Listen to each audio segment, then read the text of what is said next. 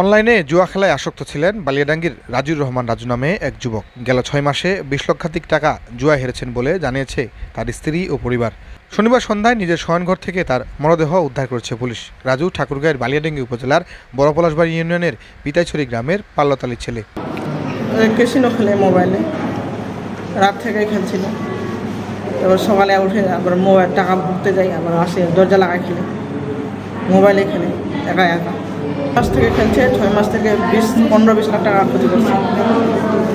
আবার জমি বিক্রি করে পূরণ করে দিচ্ছে। জমি 70,000 টাকা ছিল, ওগুলো ওর কাছেই আছে। ওগুলো 20,000-25,000 করে নিয়ে যাচ্ছে, বিকাশে ঘুরে আনছে, আবার দরজা লাগায় খেলছে।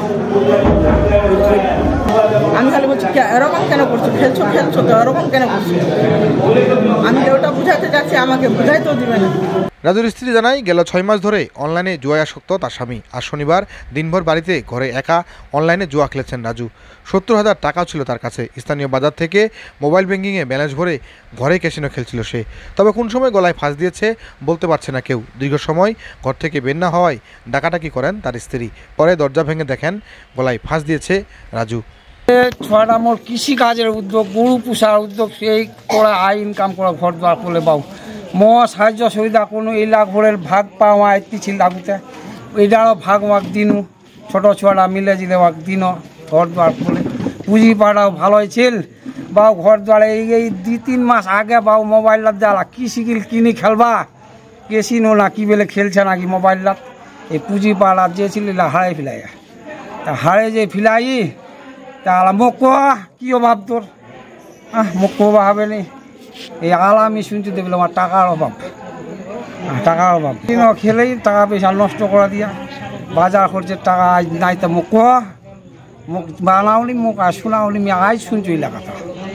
হ্যাঁ, মনে হয় বাজার খরচের টাকা আছে না নাই, কিন্তু শুনলাম যে কেসিনোতে বলে টাকা হাঁটছে একটু সামান্য। তা আমি তো বাপ গার্জেন বাড়িতে আসি, তা আমাকে বলা লাগবে না? আমি সারাদিন বাড়িতে আসি, কোনো বলে নাই। হাট বাজার জানে ফজরের নামাজ পড়ে একসাথে পড়ছি আজকে। কিছুদিন 15 দিন সপ্তাহে শুনলাম যে 6টা বলে কিবা খেলছে, কিবা কেসিনো না কিবা খেলছে মোবাইলটা। আর কি খেলছে না খেলছে এতলা তুমি বাবু জানো কি? টাকা ভরতে যাই, গেছে 2-3 বার কুশল নাঙ্গি বালিয়াহাট, টাকা ভরে আনে, আবার দরজা লাগায় খেলে। আচ্ছা আচ্ছা, তো খেলে ওইভাবে খেলছে সারাদিন। আবার ফের ডাক ছিপে দরজা খুলছে, তখন আবার মোবাইলে ফের মোবাইলটা আমি একবার নিয়ে নিলাম। মোবাইল নিয়ে কি পাগল হয়ে যাবে? আচ্ছা আচ্ছা, মোবাইলটা আমাকে দিবই না, আবার নিয়ে নিলাম মোবাইল। নিয়ে ঘরটা কেন ঠুকছি, আমি আমি ঘুমাবে ঘুমাইতে গেল ঘরে, আমি কাজ করতে গেলাম। তারপরে কাজ করতে গিয়ে তারপর আমি গুল গোবর নিয়ে যাচ্ছি, আর থাইটা লাগা দিছে। থাইটা কিন্তু খোলা ছিল। থাই কেন লাগা দিলে থাই আর খোলা যায় না, থাই কেন খোলা যায় না? ফ্যানও চলে না, ফ্যান তো ছাড়ে দিছিল, ফ্যানও কেন চলে না? তখন আমার বাবুটাকে ডাকে বলছি, বাবু তো দরজাখানে খুলেনি। ডাকাডাকি করছি, তখন ডাকাডাকি করছি, নাই কোনো শব্দ নাই। তখন বাবুটা বলে থাই তো সব লাগা দিয়ে, দরজাও লাগা দিয়ে। তারপর আরেকটা থাই সব লাঠি দিয়ে সামনে থাইটা খুলে দেখছি তো বিছানায় নাই। হ্যাঁ, তো বিছানায় কেন নাই? লাইটটা বাইরে দেখছি তো ওটা দাঁড়াই আছে। দাঁড়াই কেন আছে? অমনি তো চেঁচামেচি শুরু করছি, সবাই আসছে গ্রামের লোক।